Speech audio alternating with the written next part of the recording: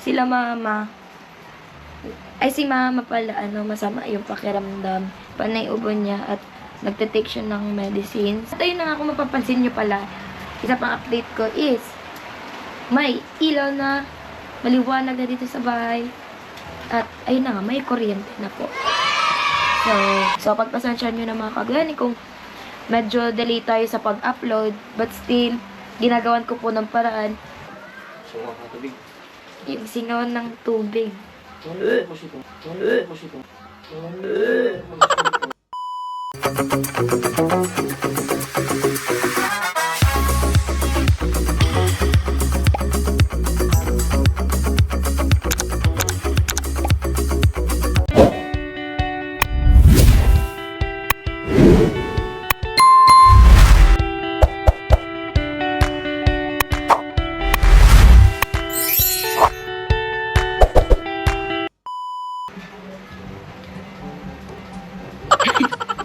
So, hello sa mga kagani, it's Megan, your one and only Dot Calagan. So, for today's video mga kagani, kailangan ko kayong i-update kahit late na. Oras natin ngayon is 2:10 AM. So, kanina, ang pagbabalik nila mama sa pagtinda doon sa Boulevard at hindi ko yan na i-vlog. At ako'y nag-edit. At sa ngayon po, ang weather update for tonight, hindi na gabi. Umaga na. For today, maulan. Biglang umulan, tapos medyo umupan na din yung tubig baha dito sa may harap namin, kaya may access na kami dyan sa Boulevard. Dyan lang sa may tulay, pero still, sa may kanal, baha pa rin po. Medyo mataas pa din. Pero at least nakakapunta na sa Boulevard. Tapos, ayun. Sa ngayon, umuulan nga po. At kanina, yung pag-intro ko, diba, nakita niyo nakaganyan ako kasi mabaho. Amoy kanal. Medyo, masama. Sa yung tipong, kapag naamoy mo yung amoy kanal na napaka-strong ng amoy, masakit sa tiyan, ganun. Tapos, nakakasuka ganyan. At sila mama, ay si mama pala, masama yung pakiramdam. Panay ubo niya at nagte-take siya ng medicines. And, yun, si dada ang nagligpit ng mga paninda at ng mga kagamitan sa pagtinda. Hindi ko alam kung andyan siya sa kusina or patuloy yung pagligpit niya.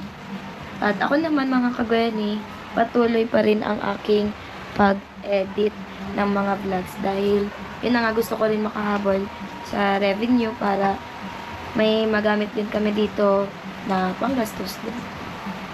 At ayan si mama, na ng higaan niya. At ayun na nga, kung mapapansin nyo pala, isa pang update ko is may ilaw na, maliwanag na dito sa bahay. At ayun na nga, may kuryente na po.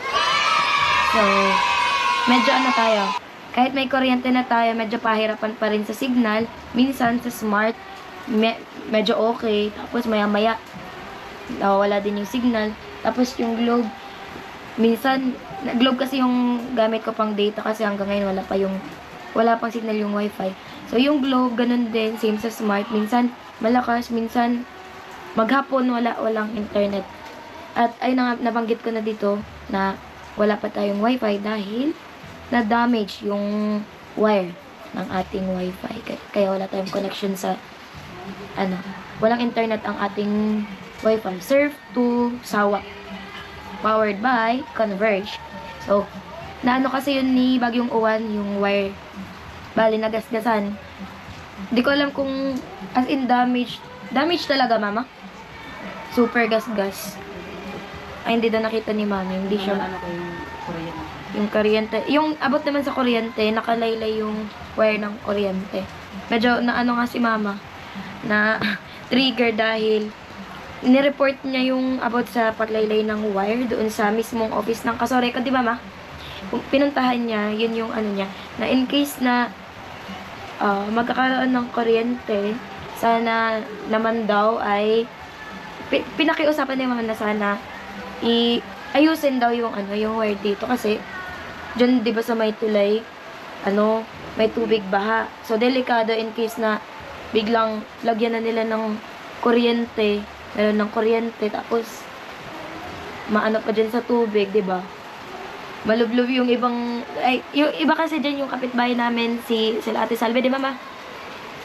Yung asawa nung anak niya is lumulusong sa baha. So delikado, malay mo meron ng kuryente tapos may sa tubig o makukuryente yung lumulusong sa baha. Kaya nung time na may nag-inform sa amin na meron na daw kuryente, medyo na si mama, na-trigger siya kasi yun na, delikado talaga. Pinuntahan niya ulit doon. Pinuntahan mo yun, ma? Oo, tas si mama, sinabihan na, ba't ganon, bigla na lang nagkaroon ng kuryente, pero di man lang inaksyonan nung mga tauhan sa Kasureko dun sa opisina na ayusin yun, ibalik sa dati, di ba? Yung mga linemen. Ayun. Yun yung pinagsabihan ni mama. Which is tama naman.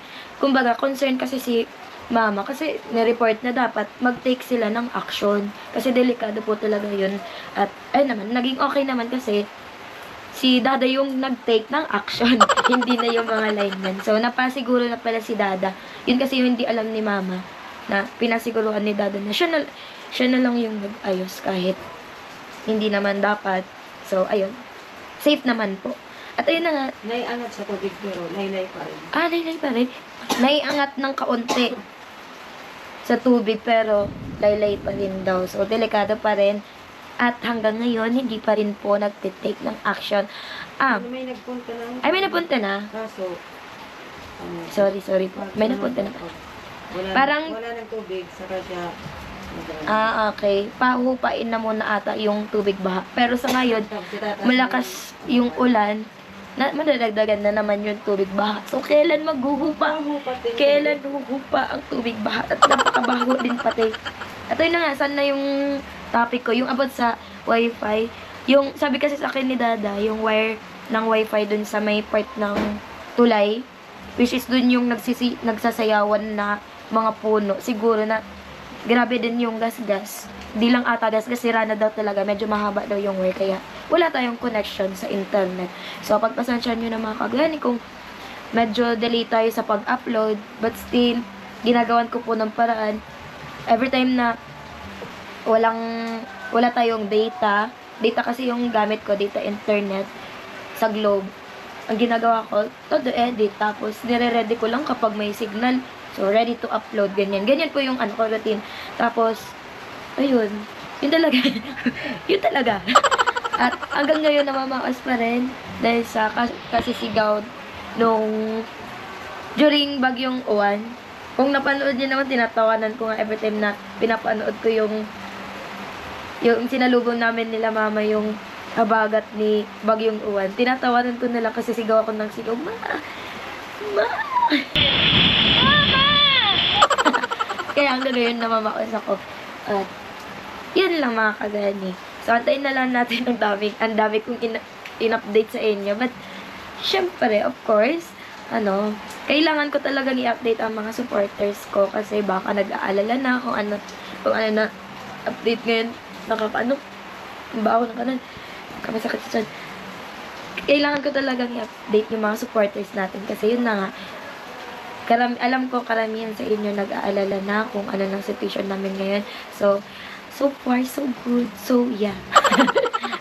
Okay naman po kami at may kuryente na medyo magaan-gaan sa pakiramdam namin na may kuryente na at makapag-start na kami na makapagtinda muli dyan sa Boulevard. So, medyo lang nga, parang anong tawag dito?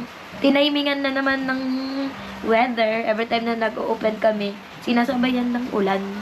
Kaya medyo may benta rin naman. Pero, mas maganda sana kung okay yung panahon. Mas madami yung customers.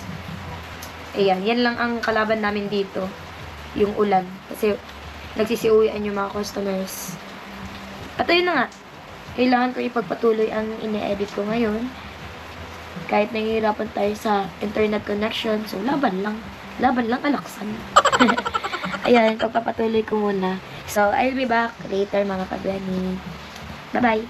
A few moments later. At ayun na nga mga kagani ang aking pababalik at nandito na po si Dada na nabasa ka ng tubig ulan. Basa si Dada. Aray. Siya yung nagligpit ng mga paninda. Walang katulong dahil si Mama, yun na nga nasabi ko kanina, masama yung pakiramdam. Panay ubo. Tapos, ako naman nag-e-edit. Tapos si Dada, siya yung nabantay dun sa Boulevard at siya rin po yung nagligpit ng mga kagamitan. At maya-maya magpapahinga na yun si Dada. Inaayos lang ang kurtina ng bintana. Tapos makulog sa burus. Sunga ka tubig. Yung singaw ng tubig. Sakit sa tiyan. So,